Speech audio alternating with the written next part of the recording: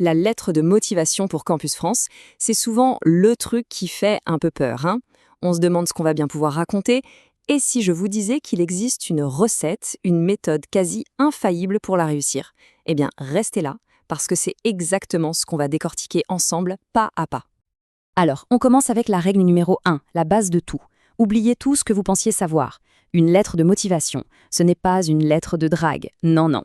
On n'est pas là pour faire des déclarations d'amour à l'université ou pour supplier. On va plutôt parler stratégie, logique et dignité. Et croyez-moi, c'est bien plus efficace. Alors, voilà notre programme. D'abord, on va voir c'est quoi vraiment une lettre de motivation. Ensuite, on transformera un parcours en une histoire qui a du sens. Puis, on passera à la fameuse recette du projet d'étude, avant de parler du futur métier. Et à la fin, le clou du spectacle, une formule magique pour lier tout ça. Allez, c'est parti. Ok, première section, la vraie définition. On remet les compteurs à zéro. Parce que pour bien écrire, il faut d'abord comprendre de quoi on parle. C'est quoi, au fond, une lettre de motivation? Et surtout, qu'est-ce que ce n'est pas? Regardez bien, c'est là que tout se joue. D'un côté, on a tout ce qu'il faut éviter. Supplier, flatter à outrance, bref, se mettre en position de faiblesse. De l'autre, ce qu'on veut. Une expression digne de ses motivations, un plan cohérent. Vous voyez la différence? On ne demande pas la charité, on présente un projet solide. Ça change toute la perspective. Bon, les bases sont posées. Maintenant, on passe à la pratique. On attaque le cœur de la lettre avec l'étape 1, le parcours narratif. L'idée, c'est de créer une sorte de CV narratif. On va arrêter de juste lister des faits et on va commencer à raconter une histoire. Parce que se présenter, ce n'est pas juste dire son nom et son dernier diplôme. Non.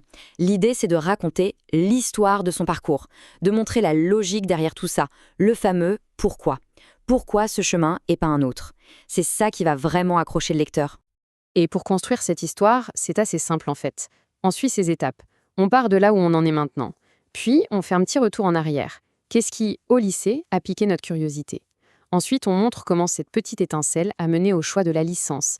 Et enfin, on montre comment tout ça nous amène logiquement à postuler aujourd'hui. C'est fluide, c'est cohérent, chaque pièce du puzzle s'emboîte. Maintenant, on attaque un gros morceau, le projet d'étude, c'est l'étape 2.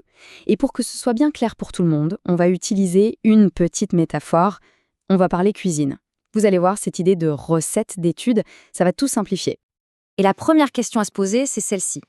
Est-ce que c'est un vrai projet ou juste une envie passagère? Parce qu'il y a une énorme différence entre les deux.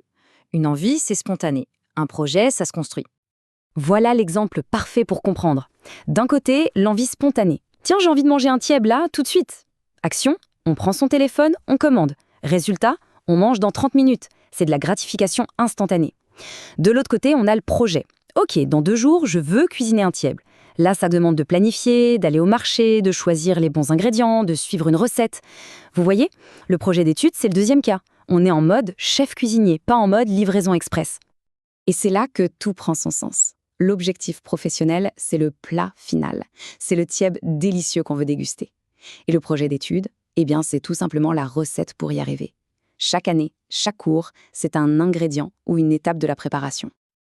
Ok, la recette est claire, on sait comment on va cuisiner, mais maintenant, il faut décrire le plat final. C'est l'étape 3, la destination professionnelle. Concrètement, qu'est-ce qu'on fait une fois qu'on a le diplôme? Avoir une vision claire, ça fait toute la différence. Un projet pro qui tient la route, ça pourrait ressembler à ça, par exemple. C'est une vraie feuille de route. Étape 1, on commence par des stages pour acquérir de l'expérience. Étape 2, on vise de grandes boîtes internationales. Étape 3, on y travaille en 1 ou 2 pour devenir expert. Et étape 4, pourquoi pas, on rentre au pays pour appliquer tout ce qu'on a appris. Ça, c'est un plan qui montre qu'on sait où on va. Bon, on a vu le contenu. Le parcours qui raconte une histoire, le projet d'études en mode recette de cuisine et le projet pro bien ficelé. Maintenant, comment on fait pour que ça coule de source?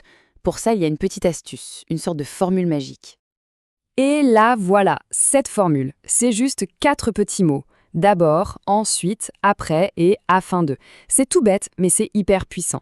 Ces mots, ce sont les connecteurs qui vont structurer la pensée et la rendre super claire pour la personne qui lit. C'est vraiment le ciment de l'argumentation. Et le truc génial, c'est que ça marche pour les 2 parties cruciales. Le projet d'étude et le projet professionnel.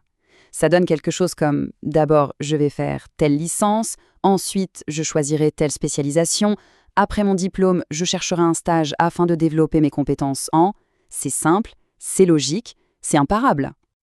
Juste un petit mot rapide sur la fin de la lettre. Pour les formules de politesse, pas besoin de se compliquer la vie. Un truc classique, standard, ça fait parfaitement l'affaire. Le plus dur est fait, la structure a déjà prouvé votre sérieux. Voilà, pour la recette de la lettre de motivation parfaite. Si cette approche vous a aidé, sachez qu'on a plein d'autres conseils comme celui-ci en stock. Alors pour être sûr de ne rien rater, le plus simple c'est de s'abonner et d'activer les notifications. C'est un peu le meilleur investissement pour son parcours.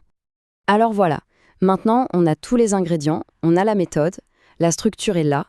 La question, ce n'est plus de savoir comment faire une lettre de motivation. La vraie question maintenant, c'est quelle est la recette de votre propre projet ? La cuisine est ouverte, c'est à vous de jouer.